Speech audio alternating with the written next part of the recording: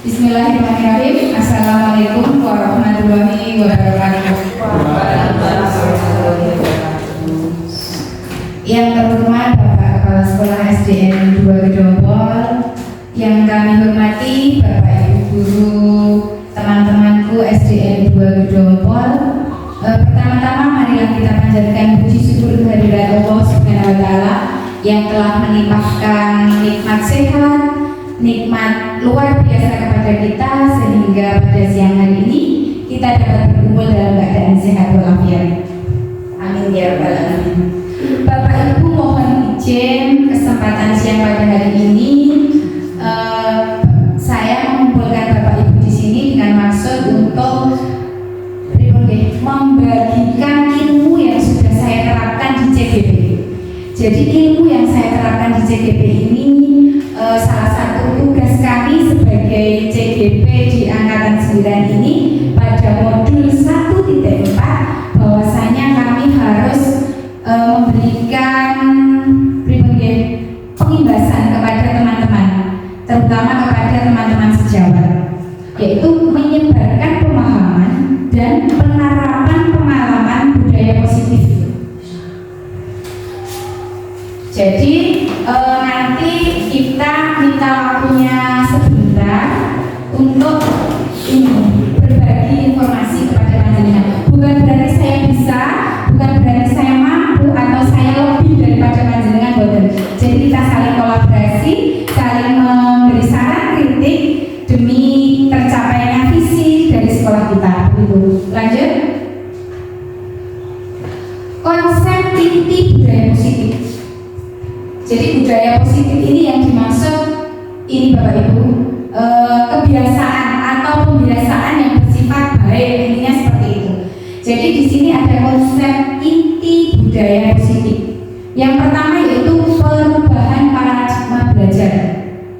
Ada beberapa dimensi di dalam konsep inti budaya positif yang saya pelajari di dalam CGP Bapak Ibu.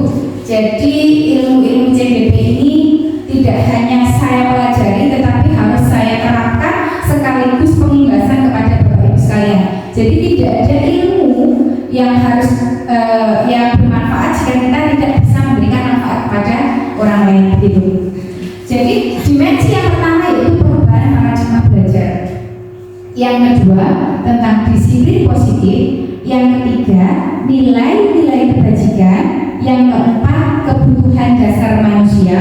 Yang kelima motivasi perilaku manusia. Yang selanjutnya posisi kontrol seorang guru. Selanjutnya keyakinan kelas. Terus terakhir segitiga strategi. Jadi pada kesempatan siang hari ini saya ingin berbagi ilmu kepada panjenengan semuanya. Nanti mbok pilih ilmu yang saya sampaikan nanti ada kurang pas atau apa, mari kita sharing bersama-sama. Jadi santai mawon Pak Bu ya. Lanjut. Dimensi yang pertama, pembelajaran dengan paradigma baru. Kenapa kita itu harus merubah pandangan atau paradigma kita yang dulu dengan yang sekarang? Saya kira berbeda nih Pak Bu ya. Kalau dulu itu intinya murid itu takut ya kali pelajaran, takut terus nopo ya. Pokoknya apa-apa malah bunyi. Tapi kalau paradigma baru sekarang tidak seperti itu. Jadi semua berpihak kepada murid begitu. Okay. Jadi pembelajaran dengan paradigma baru itu merupakan pembelajaran yang dirancang berdasarkan prinsip-prinsip pembelajaran berdiferensiasi sehingga para peserta didik itu belajar sesuai kebutuhannya berdasarkan tahap perkembangannya sesuai teori psikologi modern untuk mewujudkan profil pelajar Pancasila. Jadi antara paradigma lama dengan paradigma baru tentunya berbeda. Kalau dulu ya, ketika saya masih ini belajar masih BTP di tempat yang lama dulu karena belum mendapatkan ilmu-ilmu baru, jadi kita itu mengajar hanya pribadi. Pokoknya ceramah, jadi ceramah dari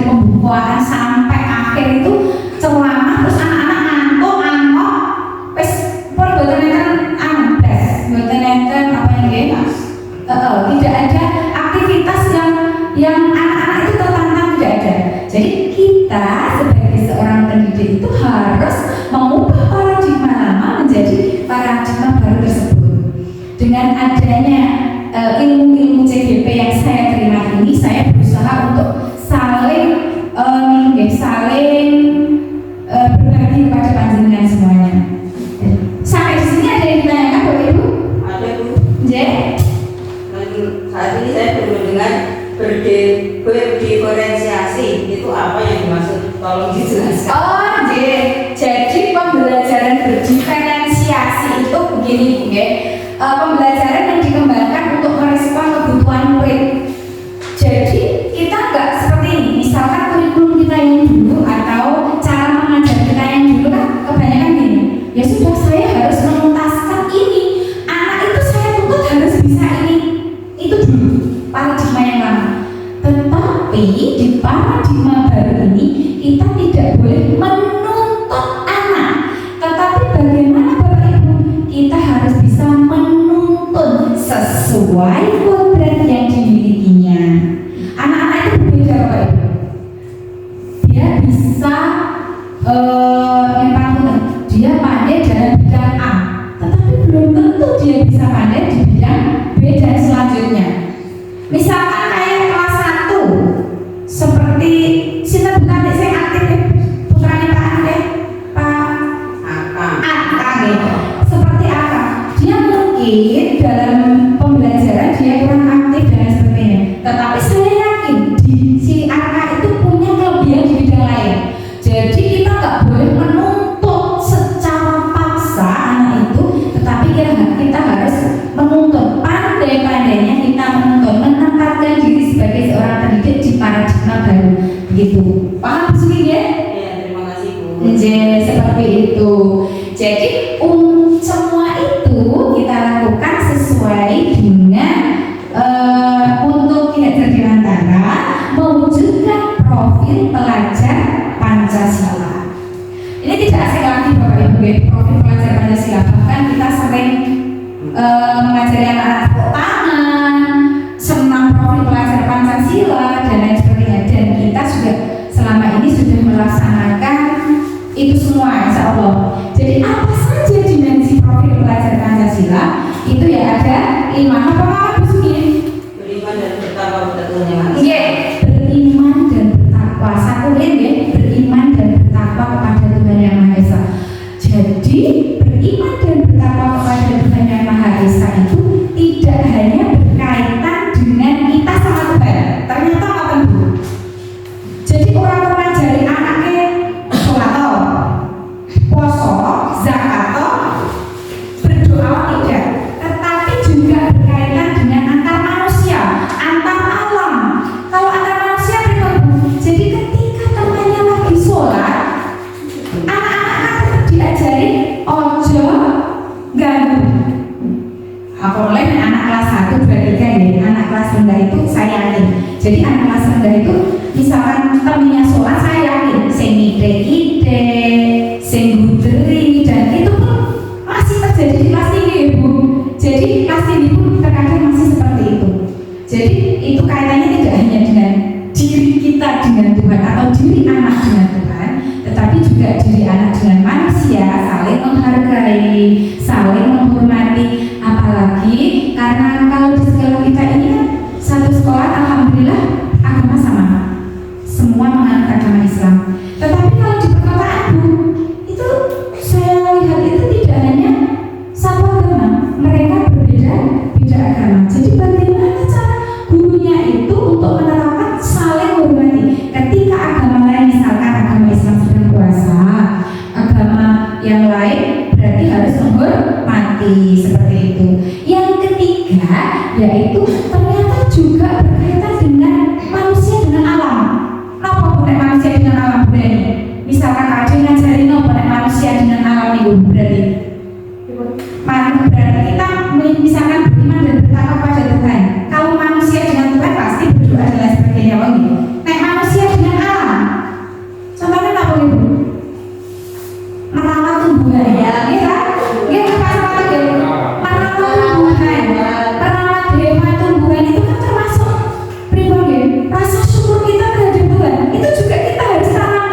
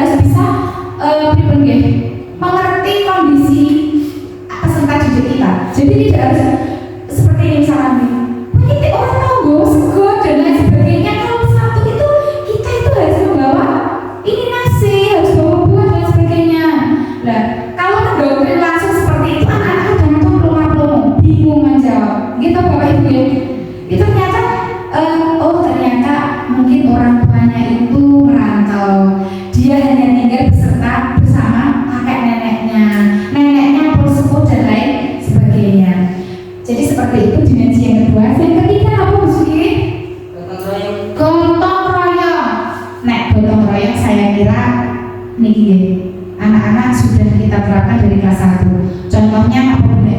Misalkan gotong royong itu, contoh penerapannya. Piket ya, piket kelas. Kita sudah membuat piket kelas di Bapak Ibu dari kelas 1 sampai kelas 6. Kita sudah berupaya untuk membuat piket kelas. Tujuannya apa? Biar mereka berlatih bergotong royong. Selain gotong royong, kalau pas waktu belajar apa gitu? Pas pembelajaran bisa menggunakan alat selain pembantu. iya, salah satunya itu bisa membantu temannya ketika kesusahan, misalkan pensilnya tugel, nopo pensilnya hilang, atau bisa jadi ketika kita membagi kelompok kerja kelompok. Jadi kan itu namanya bergotong royong. Piye caranya itu bergotong royong? Gotong royong itu kita terapkan dari awal sampai akhir supaya anak itu bisa tercipta gotong royong yang baik. Profil selanjutnya Bu, mandiri. Mandiri di sini anak-anak itu bisa tidak hanya piye caranya sekolah ke nganggo klambi dhewe, makan dhewe, minum dhewe atau melaksanakan apa-apa sendiri. Selain itu ternyata juga anak itu bisa menentukan gaya belajarnya sendiri.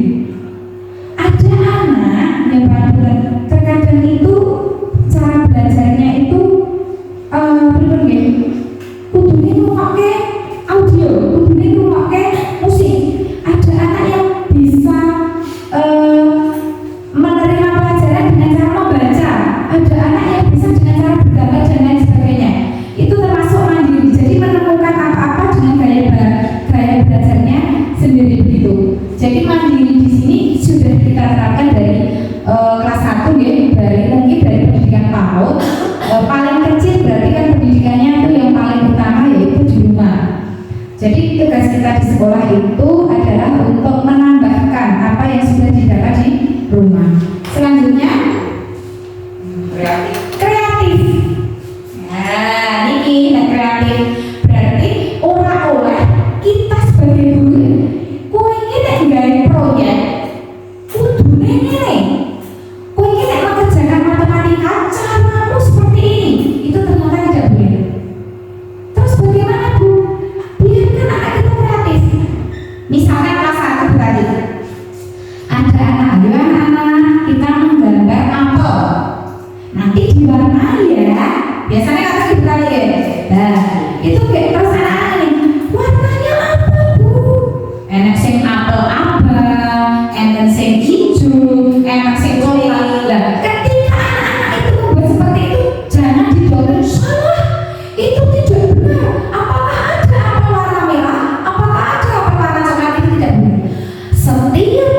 Setiap melakukan sesuatu itu pasti punya tujuan berbeda. Cuma kita saja sih orang memahami. Coba, lawan apel lari kok nih bapak bos bosok Bu. Jadi ini apelnya kan warnanya coklat. Abang ini cek kuning. Nah apelnya frengo kok Bu. Jadi setiap apa yang dilakukan anak itu mohon maaf Bapak Ibu. Niki ilmu baru karena saya juga mendapatkan baru ini ilmu adoni nanti itu. Jadi ya saling mengisi. Dan oh ternyata seperti ini, seperti itu. Lanjut dimensi selanjutnya yaitu bernalar kritis. Jadi jangan anak itu ketika kita mengajar itu jangan sampai hanya cuma seperti ini. Nyontak kayak ini, kayak kowe podo ini, kayak garapan sebelumnya podo sih tak mau kayak guru Pak Guru tadi. Jangan kasih anak-anak itu nek bernalar kritis itu tingkatannya buat karolot ya Bu Sugi ya. Karena Bu Sugi itu sudah mengikuti apa PPB, jadi ini sudah sedikit paham Bu Sugi. Jadi ini anak-anak itu kita sajikan sekarang yang hot ini apa? High order thinking skill, berpikir tingkat tinggi. Jadi nek materi soal anaknya coba sebutkan macam-macam nopo ini seperti itu. Jadi jangan menyebutkan, jangan menuliskan itu yang bawah Bu. Jadi anak-anak belum berpikir tingkat tinggi. Yang tingkat tinggi menurut taksonomi Bloom itu sudah C4, ini juga C4 sampai ke sana.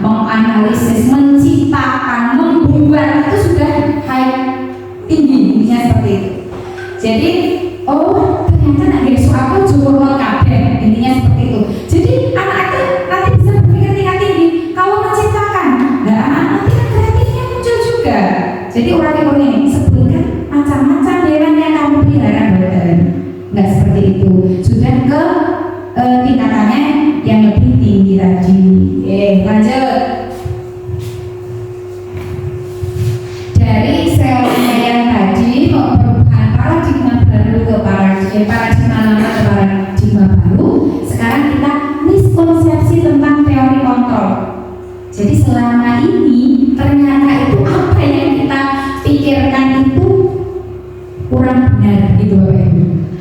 Jadi miskonsepsi tentang telekontrol ini yang paling ini diibaratkan guru, nggih ta? Guru ngatur, kowe ngatur kudune padha aku. Kowe kudune padha aku. Kowe kudune padha aku, ora padha aku, awas. Ini. Terus ini murid, ibaratkan murid. Jadi guru ini pemegang kunci utama. Intinya seperti itu. Miskonsepsi itu berarti konsep yang selama ini kita pernah salah. Satu, ilusi guru mengontrol murid. Nggih, ora pembaten, kula jenengan. Jadi selama ini kan ini, pokoknya manut aku. Nek kon gawe apel warna ijo, ya gawe apel warna ijo. Nek kon apa jenenge nggih nek kelas 2, kon ngapalke Pancasila, yo bakal Pancasila. Ini posisinya di sini. Berarti miskonsepsi kita salah selama ini. Yang pangapunten. Berarti kan harus dirubah. Yang kedua, ilusi bahwa semua penguatan positif efektif dan bermanfaat. Jadi berpikirnya kita ya, oh jadi jadi guru, bener apa sih tak omong ngene mesti bener. Aku. Nah, aku ki pokoke guru, aku ki kudune kowe ki manut aku. Ngoten niku. Dadi nek kan pripun nggih? Oh ternyata kowe ki ora bener. Miskonsepsi seperti itu. Selanjutnya ilusi bahwa kritik dan membuat rasa bersalah mampu menguatkan karakter. Ini, saya sering kelas kalau yang ini si Ilham. Ilham itu ketika diulang, ketika ada apa ya, itu selalu tidak pas. Jadi selama ini kita berpikir, Ilham, begitu ngomong terus paham, begitu selalu seperti itu. Pokoknya kita sesoknya dan aku tidak sedikit melakukan. Itu salah selama ini kita seperti itu ternyata salah kaprah Bapak Ibu ya. Jadi nggak boleh kita seperti itu. Bagaimana kita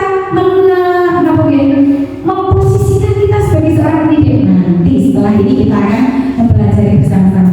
Jadi karakter membuat rasa bersalah ini yang salah. Arka, mana Arka? Pakai dia esok mejo, tekak lagi yang kayak ngono. Si Arka sudah berpikir kan berkali. Aku kayak salah. Pokoknya aku berarti aku kayak seorangnya bener itu ternyata miskonsepsi kita selama ini salah Bapak Ibu. Nah kelas lalu si Amal mari dipaksa nonton masih hilang kendali ngasih misalkan gimana kayak nanti mungkin aslinya menyebabkan salah. Selanjutnya ilusi yang keempat yaitu ilusi bahwa orang dewasa berhak memaksa. Ini nama buatan.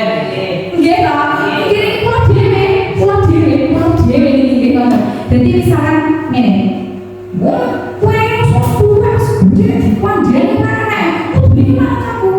ternyata salah. Ternyata Pak Dewi selama ini salah jadi perubahan paradigma lama ke paradigma baru. Makanya, ini tentang miskonsepsi tentang teori kontrol kita sebagai seorang pendidik. Lanjut. Mengubah paradigma stimulus respon ke pendekatan teori kontrol. Respon itu berarti stimulus respon itu tiba-tiba kita langsung gitu. Nah, kontrol berarti kita bisa mengontrol diri kita. Contoh, realitas kebutuhan kita itu sama. Apa sama kebutuhan kita kalau di pulau jenengan? Tidak sama. Kebutuhan tidak sama. Baik kebutuhan segi materi, baik kebutuhan kasih sayang, kebutuhan apapun berbeda setiap orang. Setiap anak dia berbeda. Tidak mungkin. Anak itu kenapa kok seperti itu? Karena dia butuh kasih sayang mungkin karena harus punya adik yang ibunya itu hanya fokus ke adiknya. Ini mohon maaf seperti itu. Jadi kebutuhan kita itu nggak sama. Tapi stimulus respon dari kita ngerti itu bodoh respon lawan. Nah, teori kontrol itu bagaimana Bapak itu supaya realita kebutuhan kita itu berbeda, berpikirnya dirubah, mengontrol kita. Oh, ternyata sabar ngadepi siaran memang sabar. Ternyata kebutuhannya Alif kalau kebutuhannya Ian beda. Terus yang kedua, semua orang melihat hal yang sama. nggak mungkin satu kelas kita lawan ya ini sak ruangan ini kan berbeda. Berarti hari kontrolnya bagaimana? Setiap orang itu memiliki gambaran yang berbeda. Coran nih gambaran untuk masa depan, pendapat itu berbeda. Dan misalkan kan di kelas satu gambar apel, sitok hijau, abang coklat. Bukannya itu boleh apel hijau, ya kan? Nggak boleh seperti itu. Harus kita napa kayak gambaran pendapatnya itu juga berbeda. Terus selanjutnya kita mencoba mengubah agar orang berpandangan sama dengan kita. Nggak benar. Kita tidak boleh memaksa Bapak Ibu ya. Misalkan ke anak ini mengubah orang itu agar berpandangan sama dengan kita itu kalau memaksa ya. Memaksa, paksaan itu tidak boleh. Jadi teori kontrol kita bagaimana? Kita berusaha memahami pandangan orang lain tentang dunia. Oh ternyata dia begitu tenang. Oh ternyata nek pak itu. Oh anak buah gue yo berkene kabeh. Beda. Aku kan ngandani yo pangku tadi benten. Nek si tati ngene nek si sugi ngene nek kula dhewe koyo ngene niku berbeda-beda. Dan tidak mungkin kula panjenengan itu harus sepahaman dengan beliau paslon. Nggih betul. Pun saged karena mempunyai teori kontrol sendiri. Selanjutnya perilaku buruk dilihat sebagai suatu salah jangan. Niki sing paling utama ke anak. Perilaku buruk anak itu wis pokoknya wis didoktrin enten nantinya awake dhewe iki pokoknya iki wis suatu kesalahan fatal. Terus orang nek didandani dan lain sebagainya.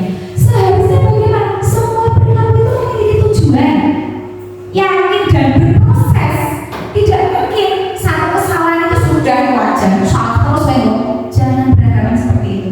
Kalau murid-murid yang aktif seperti kelas saya, Ilham, Abidi itu kadang-kadang tekur kowe bae sehingga aku jengkel. Padahal sebenarnya tidak, Bu.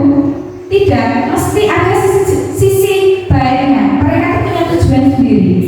Terus orang lain bisa mengontrol saya. Teori kontrolnya hanya Anda yang bisa mengontrol diri Anda. Contohnya kan, saya menggenggam kertas Bapak Ibu. Nih Pak, saya menggenggam kunci ini. Kunci ini sesuatu yang sangat berharga bagi saya. Ini kunci gudang, kunci gudang ini kok judulnya enak arun atau enak duit wes gue sanggup pakai.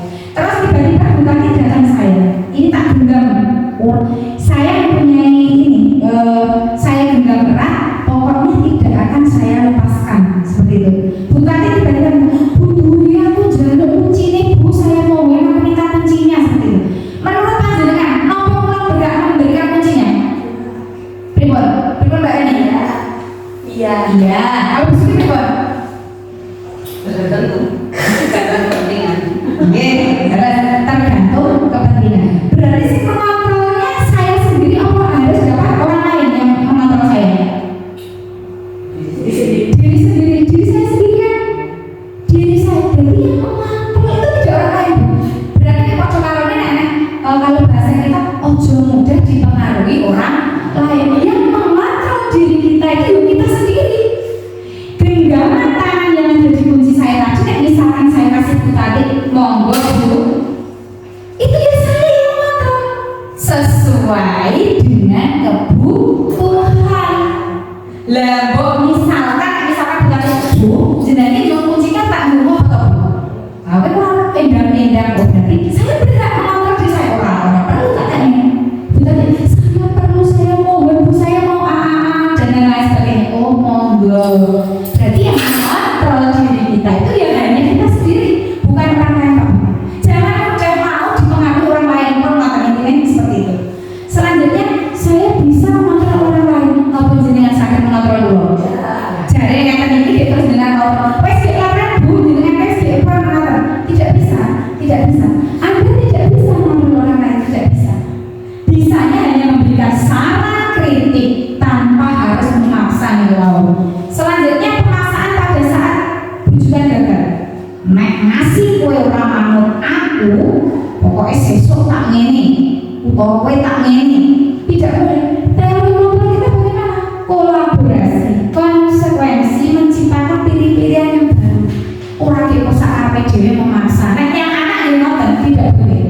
Jadi tidak boleh memaksa anak itu apa lu warna hijau, masuk anaknya beda warna coklat. Tidak boleh seperti itu. Dia pasti punya tujuan sendiri. Selanjutnya, model berpikir menang atau kalah. Jadi kayak seorang perlombaan, berpikir menang atau kalah itu seorang perlombaan. Jadi teori mereka yang benar ya, model berpikir menang, ojo menang kalah. Menang kalah itu pesimis, menang dari optimis seperti itu. Jadi kita itu harus menciptakan stimulus respon ini menjadi teori kontrol dengan versi kita sendiri. Lanjut. Nah, sekarang ini pokoknya kita ke disiplin positif. Bapak Ibu, ketika pendampingan Bu Lastri minggu kemarin, itu kan kita mempelajari mengenai visi misi sekolah visi misi sekolah prakarsa perubahan yang saya buat untuk mewujudkan visi sekolah kita. Ini salah satunya yaitu mengenai disiplin positif. Disiplin itu berasal dari bahasa Latin disiplina yang artinya belajar. Disiplin mengacu pada disiplin diri yang memiliki tanggung jawab terhadap apa yang dilakukan berdasarkan nilai-nilai yang diyakini. Ini menurut bahasa Latin. Jadi disiplin positif ini merupakan salah satu cara penerapan disiplin yang bertujuan untuk menumbuhkan kesadaran serta memberdayakan peserta didik tanpa imbalan atau penghargaan, ancaman atau hukuman. Jadi begini, disiplin positif ini tujuan kita itu untuk mendisiplinkan anak biar tanggung jawab, tetapi jangan ada paksaan satu. Yang kedua, jangan dikasih reward atau penghargaan. Yang ketiga, hukuman. Begini maksudnya Bapak Ibu. Ketika kita dengan anak-anak, siapa yang rajin menyapu apa? Rajin nyapu di pagi hari, nanti buru-buru kasih reward. Kasih reward itu apa Pak? Ya. Anak-anak itu dia mau menyapu itu hanya karena mereka itu mau dapat hadiah Bapak Ibu, bukan kesadarannya sendiri. Jadi reward itu dari berlebihan itu memang tidak boleh. Ternyata tidak boleh. Terus nomor belajar ngasih orang nyapu orang kelas. Anak-anak itu hanya melaksanakan kewajiban dari mereka takut. Betul? Bukan karena kesadaran. Jadi menumbuhkan kesadaran itu memang tidak mudah Bapak Ibu. Jadi orang ketika dia, orang diancam, boten. Oleh hukum, sing ora nyapu malah ketahuan, macam. Ibaratnya sing ora nyapu bersih WC. Wah, niku zamanku pas SD nyapu. Nek boten nyapu, kula pernah digite Pak Mati digite. Nomor kali niku pernah diken iki, layu-layu enek lapangan di lapangan kok di rumah enek sok bendera niku pernah boten Pak Sus pernah toh kita jalan dulu Pak wis pokoknya nek zaman biyen itu paradigma lama dan paradigma baru kita nggak boleh seperti itu. Jadi mendisiplinkan anak, disiplin positif di sini jangan memaksa, jangan kasih reward, jangan kasih hukuman, ampun, ngaten. Jadi sebagai pendidik tujuan kita itu menciptakan peserta didik yang memiliki disiplin diri betul susah itu PR kita, sehingga mereka berperilaku mengacu kepada nilai-nilai kebijakan universal, memiliki motivasi intrinsik. Maksudnya ada motivasi intrinsik itu nanti kita terangkan selanjutnya habis mikir. Jadi orang terpaksa, orang karena pengen hadiah, jadi anak-anak itu betul-betul tanggung jawab melaksanakannya. Ini PR kita jenengan deh. Oke, kita bahas selanjutnya ini gitu. Lanjut. Sekarang ini nilai-nilai kebajikan atau nilai yang disepakati bersama lepas dari suku bangsa, agama, bahasa maupun latar belakangnya. Contoh nilai kebajikan atau di suatu organisasi saat kemarin saya hanya ambil 3 ya Bapak Ibu. Misalkan profil belajar Pancasila yang sudah kita terangkan di depan tadi. Terus ini ada dari Ibu Prima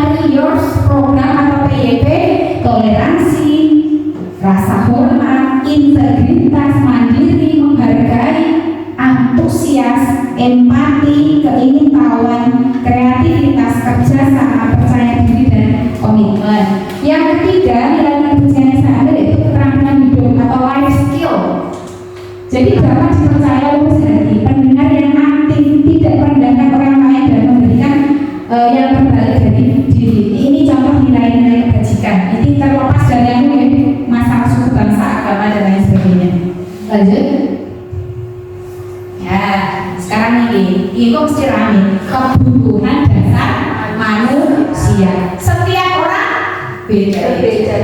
Nggak mungkin sama. Kebutuhan dasar manusia itu segala sesuatu yang kita lakukan untuk mendapatkan apa yang kita inginkan. Ada ngasih ngoyo nanti kok, ada mikir mau ngasih teman, ngasih wis sembuh gobios.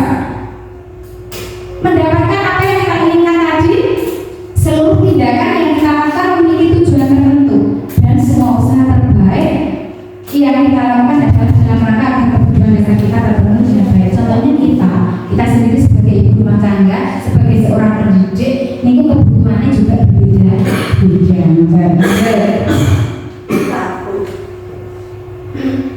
Nah, ini tekan ini, kayak beda, harus beda orang jenengan kan.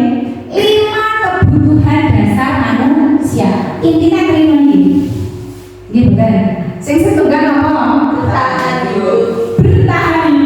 Nek ngasih pulau jenengan iki buatan berusaha. Orang iso bertahan urip. Mati pun selesai, sudah selesai. Jadi bertahan hidup ini pada karo kebutuhan pokok ya. Apa kita pokoknya sandang tanah apa sih? Lah sakniki bahan-bahan pokoknya melejit kados ngeten. Piye carane kula jenengan pandai-pandai ben iso tumbas beras setiap hari. Ben iso nyiapin makanan setiap hari untuk keluarga ini. Contohnya bapak ibu guru, nek bapak guru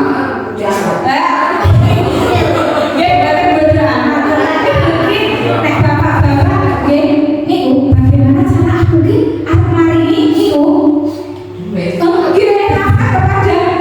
kepada ibu bertahan hidup seperti itu. Nah, itu beres-beres ya.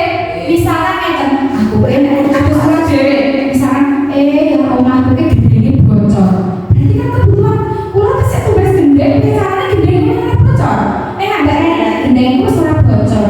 Nah, nganu apa jenenge kuwi? Mobil. Mobil. Niku kebutuhan dua bener mobil. Pengen apa? Ini ke tempat tinggalku ke pawon iki cek kurang jendelane. Ngerti enggak ini? Berarti itu kan kebutuhan kita berbeda-beda. Nek kasus kebutuhannya santai. Ini kepasus ini kedua kasih sayang dan rasa diterima. Dan ini pokoknya pasus. Kita kasih sayang iya. Kasih sayang pasus ini perlu ditingkatkan berbeda dengan kita. Dia perlu dicari. Berarti nek pasus ini perlu mencari kasih sayang di sini mungkin kalau pasangan dia memang nek kula jenengan sekalian dipertahankan, rasa diterima, dipedulikan, berbagi kerjasama. Orang kerjasama nek kula jenengan kalau orang-orang yang dikasih ya, terutama keluarga. Dan setiap anak pun juga berbeda Bapak Ibu nanti ya. Kadang-kadang ada anak yang tidak mendapatkan kasih sayang orang tua, ada bukan? Banyak sekali. Dari itu anak-anak itu juga berbeda karakternya setelah kasih sayangnya kurang, itu juga berbeda. Seperti itu. Yang ketiga yaitu kebutuhan penguasaan, harga diri, keinginan untuk dianggap, memimpin, berprestasi, diakui, didengarkan apa betul. Kulo akan ngaji ngeten iki nek mboten didengarkan, kulo ya loro ati. Yo kebanyakan leres, berarti ora saling menghargai. Ada erang kasus ke yo malah takon nilai ora. Jadi itu penguasaan. Selanjutnya apa nih? Kebebasan. Mandiri, memiliki pilihan, mencoba hal baru, mampu mengendalikan arah dirinya. Yo bebas niku nggih ora berarti awake dhewe syukur suwe ra ngoten mboten. Kaya mawon ngaji niku lho mempunyai teori kontrol, iso kontrol, tapi ora sampai pengaruh karo wong liya ngoten. Lanjut kesenangan. Kebutuhan dasar yang kelima kesenangan. Nek ngasih boten seneng kurang terus. Iki ora stres, wis kuwi pokoknya. Bermain, humor, antusias jadi kan. Awake dhewe nek pas istirahat iki ya nggih. Jadi pas istirahat kan guyon, ikut dari pasar kan termasuk niku kebutuhan lho. Lah, iki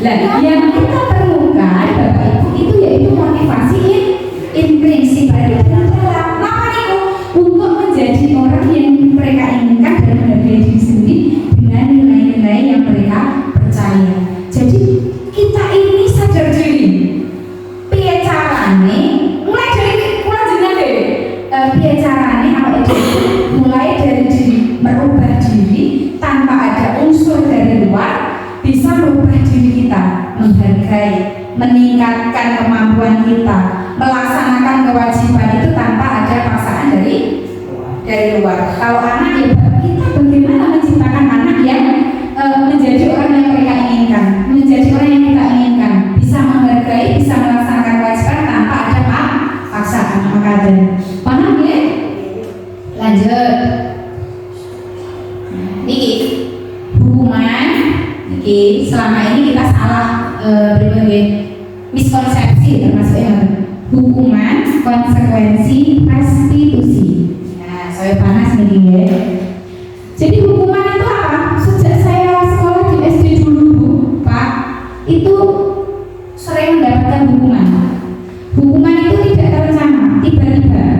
Murid tidak tahu apa yang akan terjadi. Bersifat satu arah, berupa hukuman fisik, psikis. Jadi hukuman itu kan ini, terkadang tidak dituliskan. Kalau hukuman tidak dituliskan secara langsung, kata ya, kok namanya bu? Ya wes tak dite, tes. Kok namanya bu? Ya wes ini lari-larian, kalau pelan, kamar mandi. Itu kan tidak terencana, bu ya. Yang kedua kan tidak tahu apa yang akan terjadi, nggak tahu. Aduh, pak dihukum ini berarti. Itu namanya hukuman. Tidak tahu aku gimana melakukan kesalahan kayak ini, hukum di kamar. Itu namanya melakukan hukuman. Bersifat satu arah. Jadi yang membuat jadi guru, murid tidak tahu, tidak membuat kesepakatan dengan murid, itu namanya hukuman. Yang kedua konsekuensi, terencana, disepakati sesuai peraturan. Jadi sebelumnya sudah membuat kesepakatan dengan murid, terus kita setelah itu kita membuat peraturan. Yang kedua murid tetap dibuat tidak nyaman, tetapi muridnya yang tidak nyaman karena murid selalu salah. Di mata kita salah ya salah, wes. Kayak orang sesuai kalau peraturan ya wes. Peraturan ini konsekuensinya apa? Di lari kata, wes di lari kata. Nah, selanjutnya sikap guru selalu memonitor murid. Jadi guru itu kayak monitor loh. Wes salah. Wes ini, wes salah. Tapi ya peraturannya itu namanya memonitor. Sebenarnya itu tidak boleh. Nah, bagaimana Pak Bu? Kita sebagai seorang pendidik seharusnya kita mengetahui yang namanya restitusi. Apa itu restitusi? Nih, saya ngaji bahas dengan ini. Proses menciptakan kondisi bagi murid untuk memperbaiki kesalahan. Proses kolaboratif yang mengajarkan murid untuk mencari solusi sendiri. Mohon maaf. Jadi begini, restitusi ini itu ketika ada siswa yang salah, yang melanggar peraturan, bukan berarti kita langsung ngedok, kowe ini salah, kowe tak hukum boten, salah Pak Bu. Nah, seperti itu. Jadi restitusi ini termasuk tahapan kita untuk mengidentifikasi anak, bagaimana kok caranya anak itu kok ngerti nek itu salah, bertanggung jawab, bisa memperbaiki dirinya tanpa menjatuhkan dia. Gitu intinya kan, ya. Jadi ini tahapan hukuman itu zaman kalau baula biar SD. Niki konsekuensinya kalau untuk maju sedikit zamannya terus saat ini yaitu restitusi. Lanjut. Sekarang 5 posisi kontrol guru mengenai tentang ini nanti berlanjut ke restitusi tadi Ibu. Jadi 5 posisi kontrol guru kita sebagai seorang pendidik. Yang pertama penghukum. Pernah buatan menghukum lari? Jarang, ya. Alhamdulillah jarang. Ya. Orang wani nek cara ini ngoten nggih. Orang wani nggih. Cara sampe umune kok digegek. Piye karo istighfar astagfirullah ngoten. Yang kedua membuat rasa bersalah. Yang ketiga pemantau. Yang keempat teman. Yang kelima manajer. 5 posisi kontrol guru ini nanti akan saya kupas secara tuntas supaya pulau panjenengan semakin paham. Lanjut. Nah, ini contoh penerapan 5 posisi kontrol guru. Kasusnya ngeten contohnya. Siswa tidak memakai atribut lengkap saat upacara bulan. Sering aku balik. Sering, mesti ada di sekolah kita gitu. Mesti ada sering sih kan? Alif. Boleh. Muncul gitu. Alif.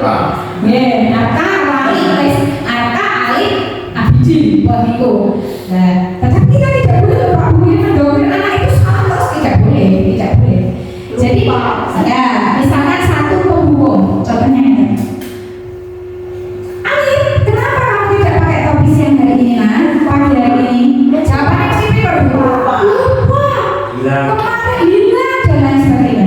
Kita nggak sadar langsung ini mati setelah upacara harus membersihkan lingkungan sekolah. Itu jenenge pembuku, boleh membaca tidak boleh.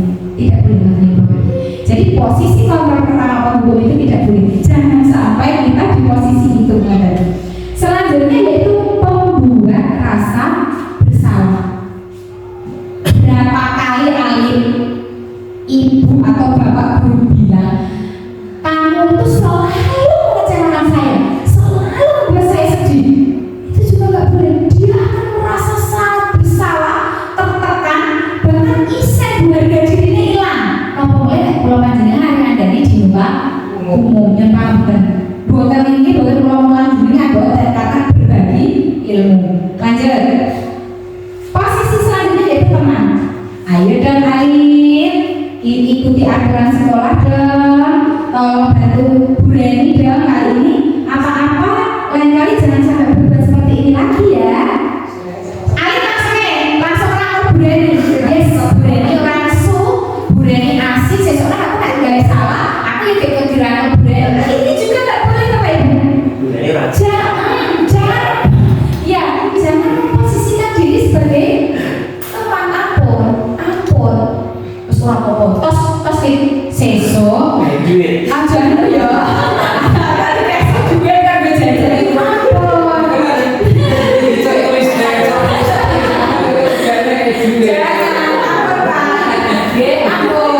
Jadi jangan memposisikan anak itu sebagai teman kita. Dia harus benar.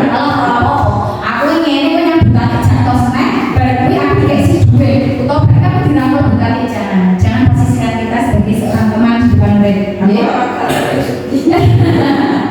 Selanjutnya pemantau ya, kamu sudah melanggar peraturan, kamu tahu konsekuensinya. Setelah upacara kamu beli atribut ke koperasi lain, ke koperasi ya, untuk membeli. Ini juga pemantau, ini juga bukan solusi yang terbaik Bapak Ibu. Posisi kontrak sebagai pemantau juga tidak sebagai yang kita tidak harapkan. Jangan berharap seperti ini. Lanjut. Nah ini posisi kontrol yang kelima yaitu kita sebagai manajer pripun. Sebagai manajer maksudnya pripun? Apa kamu tahu kesalahan Lin? Kira-kira bagaimana kamu memperbaiki kesalahanmu? Yo, Bu, mohon maaf sesok nek pas upacara saya tak memakai lagi. Dengan bahasa yang seperti ini, yang panggilan dengan memanggil anak, insya Allah tidak. Kita kan dua menerapkan. Jadi manajer ini bagaimana? Satu, menegur anak jangan dibangun. Yang kedua, jangan langsung didoktrin salah. Yang ketiga, jangan langsung dirangkul dan jadi posisi teman tadi. Yang keempat, jangan hanya ditanya, tetapi bagaimana anak itu bisa mencari solusi dari kesalahan tersebut, memperbaiki diri, kembali ke apa yang kita inginkan tanpa adanya dipaksa atau rasa malu tadi seperti itu. Jadi posisi manajer ini posisi yang diharapkan Bapak Ibu kita sebagai seorang pendidik. Jadi posisi si manajer kuat nahan emosi, kuat nahan segalanya. Untungnya waktu dia ngomong pokoknya kuat kita menahan diri. Lanjut. Sekarang ini kalimat pertanyaan pemantik. Saya kecewa sekali dengan kamu. Kira-kira posisi ini kamu, posisi kita sebagai seorang apa? Ketika anak itu salah, terus saya kecewa sekali dengan kamu. Berarti apa? Posisi saya berikut, membuat rasa bersalah. Jadi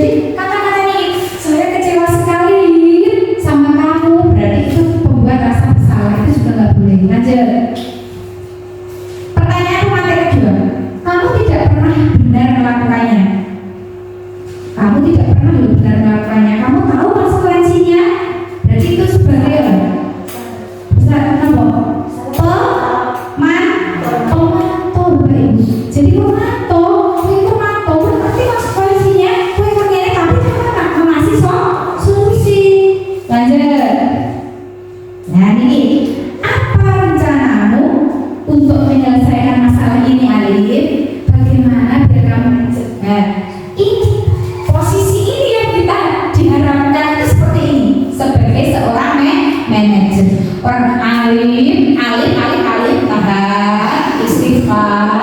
Terus antara tangan apa rencana Alif untuk memperbaiki diri? Nggak tahu, berarti kita sebagai manajer report mengarahkan, membimbing, menuntun untuk mendapatkan solusinya. Kata Bapak Ibu.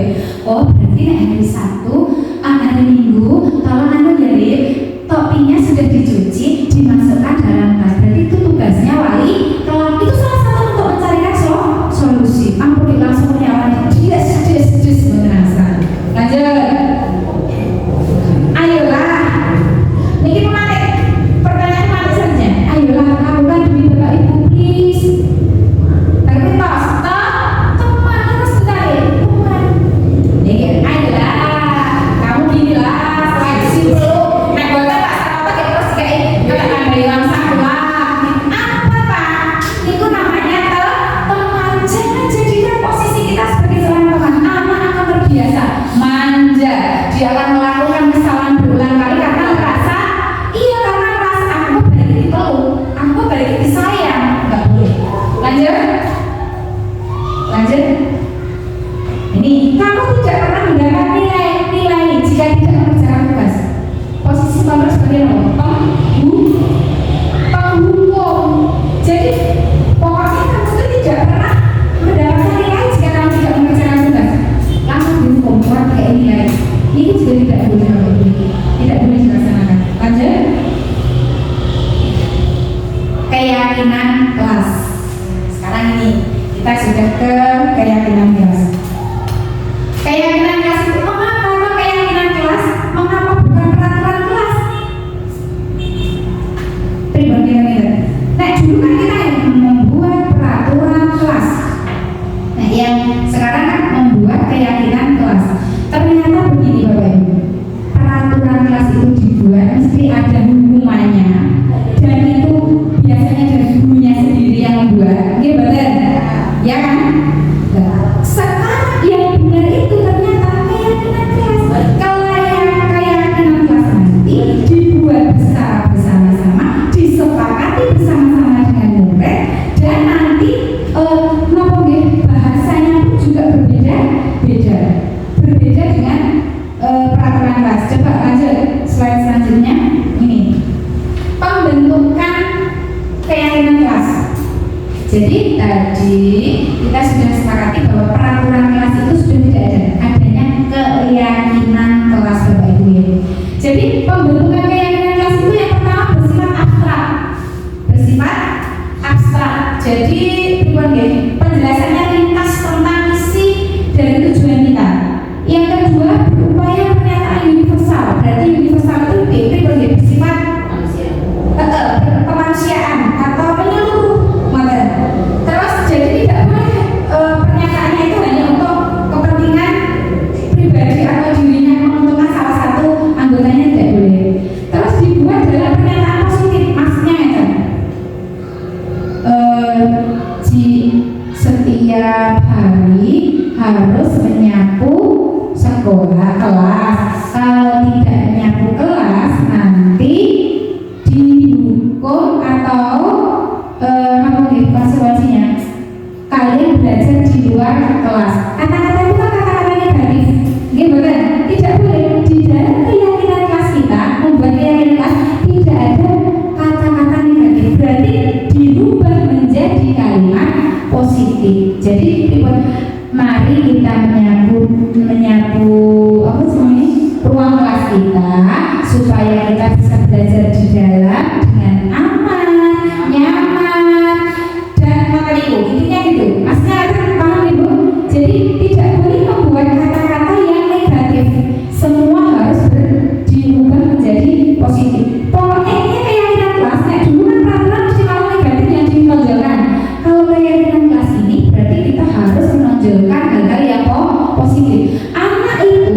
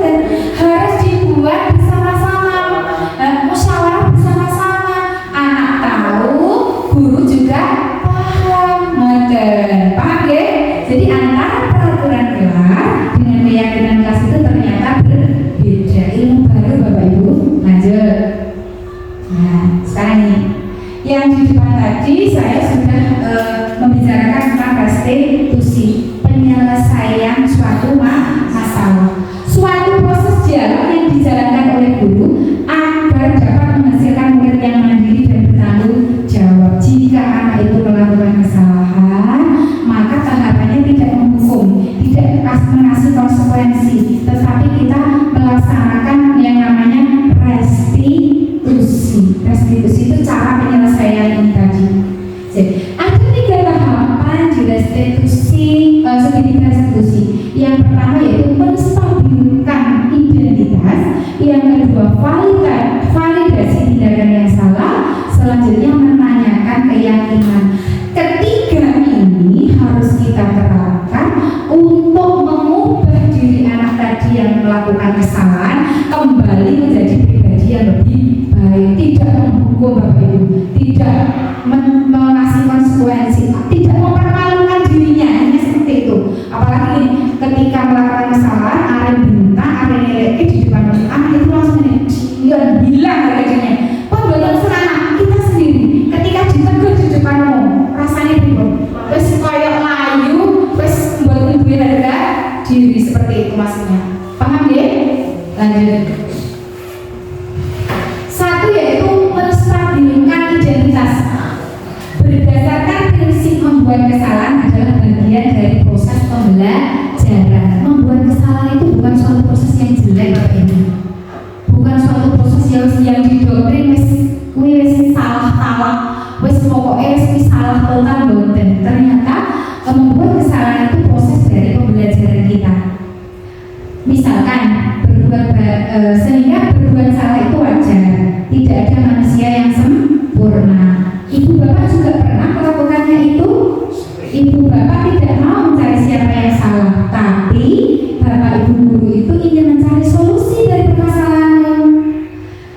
Kamu berhak merasa begitu, tetapi kadang-kadang jadi asalnya menstabilkan identitas seperti itu, bukan langsung kamu salah, aku gak pernah melakukan seperti itu. Tidak, kita manusia pasti pernah melakukan kesalahan, tetapi bagaimana kita menstabilkan identitas anak itu sehingga anak itu tidak tertekan, tidak merasa malu, dan tidak harga dirinya tidak merasa diinjak-injak. Begitu. Lanjut.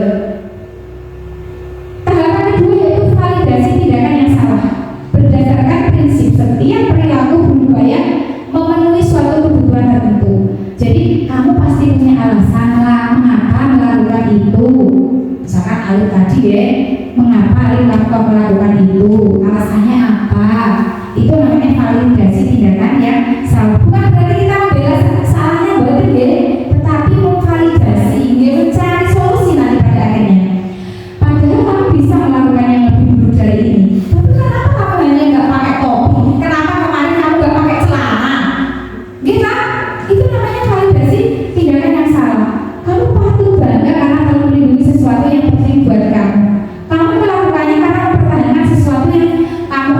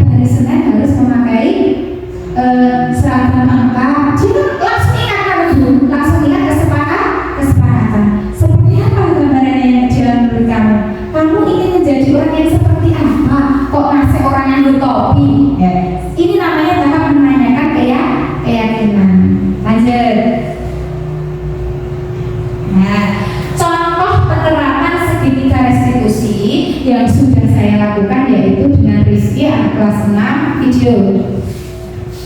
Dengan Rizky anak kelas 6 yang saya laksanakan Bapak Ibu. Jadi dengan penerapan segitiga restitusi. Rizky, kamu tahu tidak kenapa Ibu panggil di perpustakaan ini? Tidak. Tidak. Kamu hari ini sehat? Sehat. Alhamdulillah. Gini ya nak, biasanya di kelas kamu tuh selalu aktif, ceria. Tapi hari ini Ibu lihat kamu malas-malasan, suntuk. Kenapa? Ada apa Rizky? Saya kesal dengan ibu saya, Bu, karena saya meminta HP tetapi ibu saya bilang belum ada uang. Oh begitu, kamu pengen HP. Tapi kenapa kamu masih mau sekolah? Karena saya nggak mau ketinggalan pelajaran dan nilai saya jelek. Oh bagus, berarti kamu masih punya tanggung jawab meskipun semangatmu menurun. Sekarang aku tanya, apa kamu ingat keyakinan kelas kita? Ingat, Bu, Coba sebutkan keyakinan kelas kita yang seperti apa yang kamu ingat. selalu aktif dan ceria dalam mengikuti pelajaran. Salah satunya selalu aktif dan ceria dalam mengikuti pembelajaran. Kira-kira dengan kamu malas-malasan, apakah ibu kamu mau membelikan HP? Tidak, Tidak mungkin kan? Berarti solusi apa yang bisa kamu terapkan selain dengan malas-malasan, nak? saya akan meminta maaf kepada ibu dan harus menabung untuk membeli HP. Pinter, salah satunya harus minta maaf kepada ibu. Jadi anak yang baik, jadi anak yang terus semangat, tidak boleh nakal, tetap jadi Rizky yang Bu Dwi kenal. Semangat belajar ya. Ya udah, terima kasih. Setelah saya terapkan segitiga restitusi tadi, mulai dari validasi tindakan yang salah, teman-teman stabiliskan identitas dulu. Ternyata Rizky itu kesel kali gue. Jadi kan kita tidak boleh mendapatkan kamu salah kenapa kamu dan lain sebagainya, bukan? Saya dekati dulu, saya panggil di perpustakaan kemarin. Kenapa Rizky kok kamu tidak mengikuti pelajaran dengan semangat? Ternyata minta HP pada ibunya, mantel untuk dipalingi, akhirnya dibawa sampai sekolahan. Setelah itu saya berbicara langsung sampai menemukan solusi. Ternyata berarti minta maaf kepada ibunya. Intinya seperti itu. Lanjut. Jadi nanti akan videonya saya kirim di grup. Mohon maaf ada gangguan. Penutup sekarang. Nah, ini wis untuk esis ngoten penutup. Dalam penerapan program disiplin positif, hendaknya guru memiliki standar kepribadian, profesional, dan sosial yang baik, di mana guru mampu merefleksi dirinya dalam posisi kontrol saat ini. Bagaimana perjalanan dirinya sebagai among atau manajer tadi yang menuntun murid-muridnya menjadi insan yang mandiri, merdeka, dan bertanggung jawab. Standar nasional pendidikan. Jadi ilmu-ilmu yang saya terapkan di JKP ini, Bapak Ibu, harus saya bagi dengan panjenengan. Tidak ada manfaatnya jika ilmu saya peroleh sendiri, saya pakai sendiri, itu tidak ada gunanya. Jadi bagaimana kita saling berkolaborasi, saling memberikan saran kritik, saling mengisi satu sama yang lain di sekolah kita yang tercinta ini. Jadi ini terakhir kalinya, terima kasih banyak Bapak Ibu atas waktunya.